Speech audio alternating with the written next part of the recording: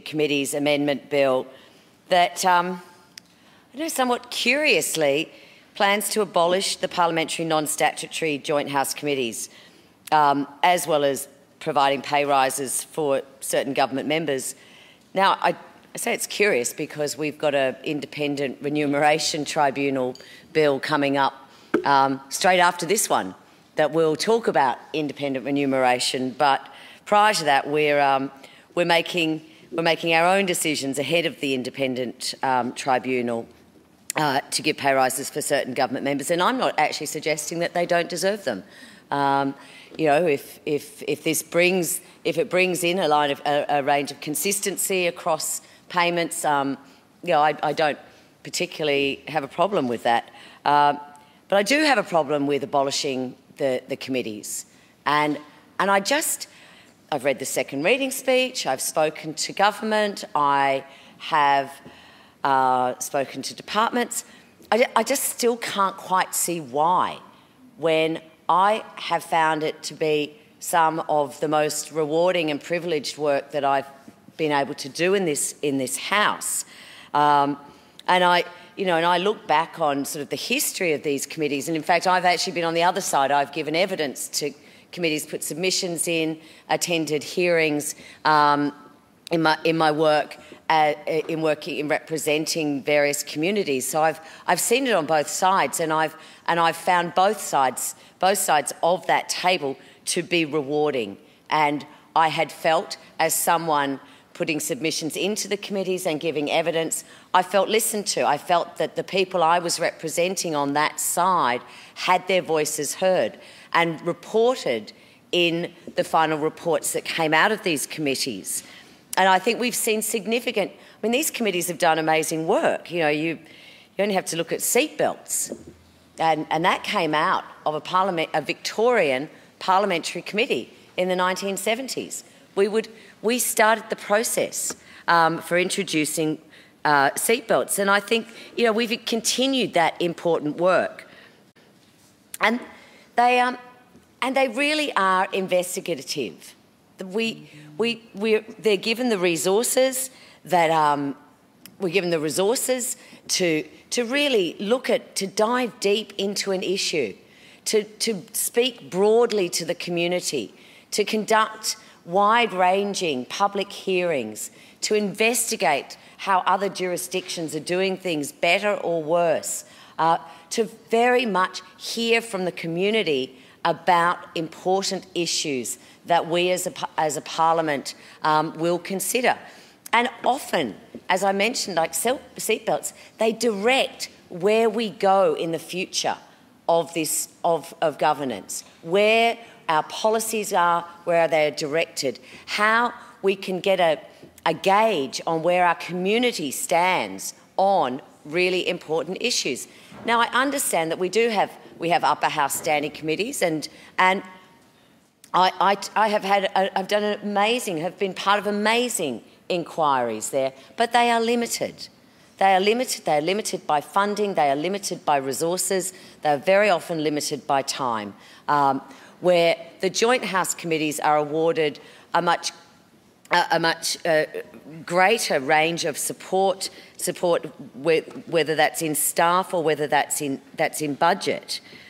And maybe I've been incredibly lucky in the committees that I've been part of, but largely they have been consensus-driven. That the people on that committee have worked towards finding common ground and finding where we agree and working from those points. And I know that there were other committees that may not have been quite so consensus-driven, but certainly the ones that I had been involved with did good work and did it largely by consensus. And this is something that we don't see, and it's something that the community doesn't see. You know, the community sees question time. They see us bashing each other's heads. They see the pointlessness of question time. They understand that question time is not answer time, and they don't. That's what they think we do. They don't see the deliberation and the research that goes into some of the investigatory inquiries that we have done. And these committees affect change, as I said. They're good for our community. They're a good way for us to learn more, as independent. And for me, without the resources of a large party that might be able to have a whole range of advisors and researchers, I learn an awful lot during the committee process and being on those committees. I'd have to say that one of the more recent committees that I think has done quite extraordinary work is the one that was in the 57th Parliament, where under Ms Crozier's stewardship, the Family and Community Development Committee's betrayal of trust inquiry just broke significant ground on institutional child sex abuse. It worked alongside the amazing work of the Royal Commission. That sits well thumbed in my office. Mr Ramsey led the methamphetamine inquiry, the ICE report, which actually the next government adopted largely, and that became their response to ICE in our community. It was the recommendations of that Joint House Investigatory Committee. So these are the areas where I appreciate that sometimes the outcomes and the recommendations of these committees are not comfortable to government. But what I speak about to the community is the amazing work that they do and the time that we actually get to learn where each other stands and why they stand where they stand. We learn more about each other who are in this parliament through those committee processes. I've had the opportunity to get to know people that I probably never would have got to know because they were in another house. They represented electorates that were far-flung from mine, and we wouldn't have crossed paths much. But I got to cross paths and I got to spend quality time and learn from them. And I certainly have learned a lot, whether that might have been from former members like Martin Dixon or even Louise Asher. Their years and sometimes decades of experience, I got a lot from. So I just can't see what good comes from abolishing these committees. I'm at a complete loss. And I must say, when I talk to the community, and as certainly as Mr O'Donoghue raised, the community doesn't hold a lot of trust or faith in us. They think that we have our, snouts in the trough, that we can't be trusted, and certainly the Edelman Trust Barometer shows that, the majority of Australians do not trust their governments. And that is sorry and that is sad, and I think engaging our community in our processes is one way to try and earn back that trust, try to get that trust back. And I know I talk about it a lot when I'm talking to school groups or I'm talking to community groups, that what they see on television is largely not what we do. What we do is largely we can debate very often in a civilised manner.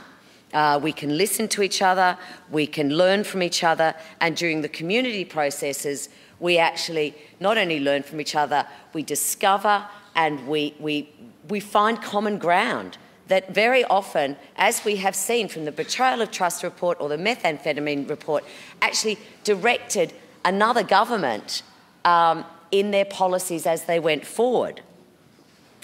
So I just can't see any reason why the government would do this, other than to, I guess, reduce the influence or reduce the input of the Parliament on the process.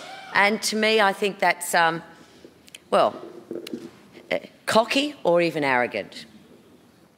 Now, as I mentioned, as far as the specific salary increases for certain government members, I think it's it's very cute that we're doing this. We're putting up an independent remuneration bill that will be given the task of setting the salaries and remuneration for all of us, and including some of our electoral budget.